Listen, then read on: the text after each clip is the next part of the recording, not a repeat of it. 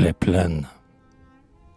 Partout, d'herbes en mai, d'orge en juillet pleine, de lieu en lieu, au loin, depuis le sable ardent, et les marais sur la campine s'étendant, des plaines jusqu'aux mers du nord, partout des plaines. Autour du plus petit village, où le clocher, aigreté d'un coq d'or et reluisant d'ardoise, grandit sur de maisons hautes de 4 toises, auprès du bourg pêcheur et du bourg maraîcher, toujours si large et loin que se porte la vue, là-bas, où des bœufs noirs beuglent dans les terreaux, où des charges de foin passent par tombereaux, et puis encore là-bas, où quelques voiles entrevues, toutes rouges sur fond diaphane et vermeil, fait deviner les flots, la chanson matinière, des marins qui s'en vont au large, et la rivière que sabrent les rayons lamés d'or du soleil. Partout, soit champs d'avoine, où sont les marjolaines, coins de sel, carrés de lin, arpents de pré, partout, bien au-delà des horizons pourprés, la verte immensité des plaines et des plaines.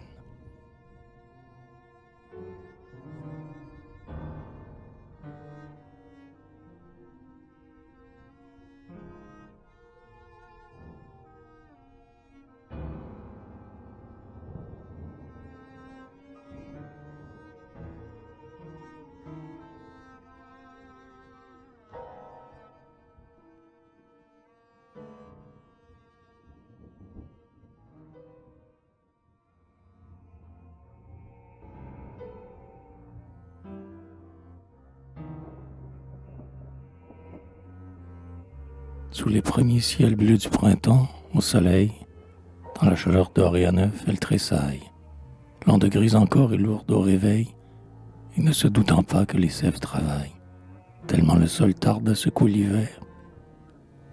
Même quand les vergers dressent les houppes blanches de leurs pommiers, que la feuille, papillon vert, s'est attachée et bat de l'aile au long des branches, quelques terreaux là-bas boudent, compacts et nus. L'eau des fossés déborde et les terres sont sales. L'orée et le sentier boueux, les bois chenus, bien que Mars ait craché ses poumons en rafale. Pourtant l'on voit déjà des groupes de fermiers, avec leurs lourds chevaux lustrés de blancheur crue, dans les champs divisés par cases de damiers, couper le sol massif au tranchant des charrues. Déjà l'on sème, un grand vieillard qui va rêvant, se moire autour des reins, jette à pleine poignée les graines d'or, qu'abat un brusque coup de vent. Les signons sont à point, les bêches alignées reluisent d'un feu blanc sous les coups du soleil. Et mai paraît, le mois des fleurs aromatiques, et servantes et gars en rustique appareil, habits usés et bras nus, sabots au bout des pics, qui de l'aurore au soir fatiguent les labours. Voici, les champs sont pleins, les fermes délaissées, on en remet la garde aux chiens veilleurs des cours. La glèbe, avec des mains calleuses, convulsées. Avec fièvre, avec joie, avec acharnement. La glèbe, pied par pied, coin par coin, est conquise. Partout la lutte et la sueur, le groupement des efforts arrachant la récolte promise. Femmes sarclant le lin, hommes tassant l'engrais, chevaux traînant la herse à travers les cultures. Pendant qu'autour, flattés de soleil tranquille et frais, les trèfles verts, les foins en fleurs, les emblavures, les taillis que l'on voit bondir sous le vent clair, les jardins, les enclos, les vergers, les fleurettes roulent leur bonne odeur excitante dans l'air, où chantent, elles au vent, un millier d'alouettes.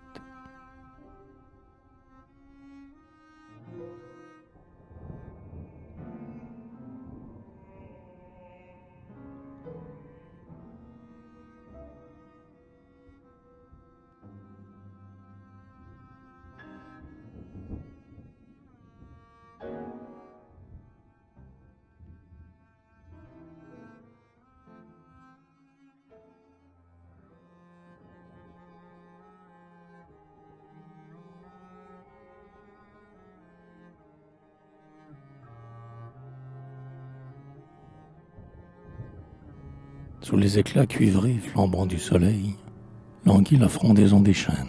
Sur les routes, un sable jaune et fin cuit dans un clair sommeil. Au ras des fossés verts, les mousses sèchent toutes. Une atmosphère ardente encercle la moisson, d'âcres vapeurs venant de marées noires enfument tout l'espace enfermé dans le vaste horizon, où les orges au feu méridien s'allument. Alors, par au-dessus des champs, un large vent, un vent du sud, traînant, voluptueux, à presse, avec le va-et-vient de son souffle énervant, la campagne vautrée en sa lourde paresse. Le tressaillement dehors court au ras des moissons. La terre sent l'assaut du rude monté en elle. Son seul générateur vibré de longs frissons, son ventre gonflé de chaleur éternelle. De partout sort le flot des germes fécondants, condensés en nuages épaissis de poussière, et qui descend baigné d'amour les blés ardents. On dirait voir fumer de géantes braisières. Des débris d'incendie encore chauds, chaque arpent, chaque tige entr'ouverte est entourée et prise. Des vibrions en font l'assaut éperdument, et l'union se fait en des moiteurs de brise.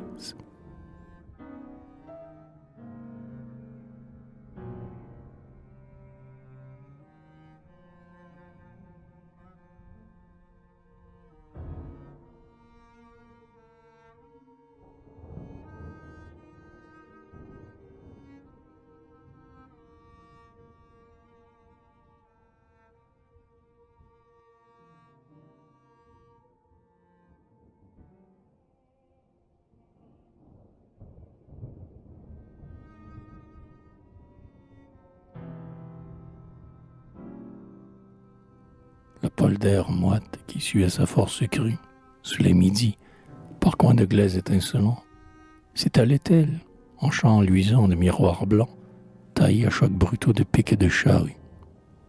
La Flandre, au cou de colle de ses gros chevaux roux, bavochant de l'écume au branle de leur tête, et pieds gluants, traînait son vieux travail de bête, par à travers les blocs de ses lourds terreaux mous. De la graisse d'humus et de la bourre fondue coulait dans le vent d'or d'automne, et lentement, toute la plaine enflait sous ce débordement de vie éparse aux quatre coins de l'étendue. C'était, à l'angle clair d'un bois et de marais, des gars casseurs de terre avec de grandes bêches. On entendait souffler leurs cordes en revêche, et d'un rythme visqueux tombaient des tas d'engrais. Plus loin, les servantes tassaient les sacs, par groupes, en mouchoirs rouges, en sabots noirs, en jupons bleus, et se baissaient-elles, leurs reins pliés en deux, faisaient surgir du sol, monstrueuses, leurs croupes. Et derrière eux, l'escaut poussait son flux vermeil, par au-delà des prés, des digues masquantes, et les bateaux cinglaient, toutes voiles claquantes, leurs proues et leurs sabords souffletés de soleil.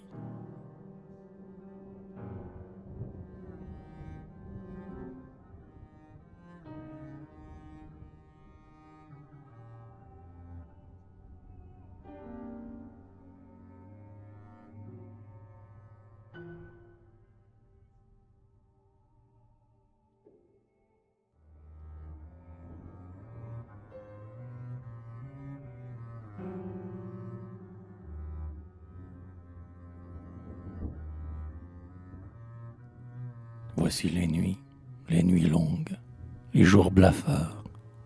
Novembre rempli d'hiver, l'immense plaine morne, où tout est boue et pluie et se fond en brouillard, où nuit et jour, matin et soir, l'ouragan corne. Villages et hameaux geignent au vent du nord.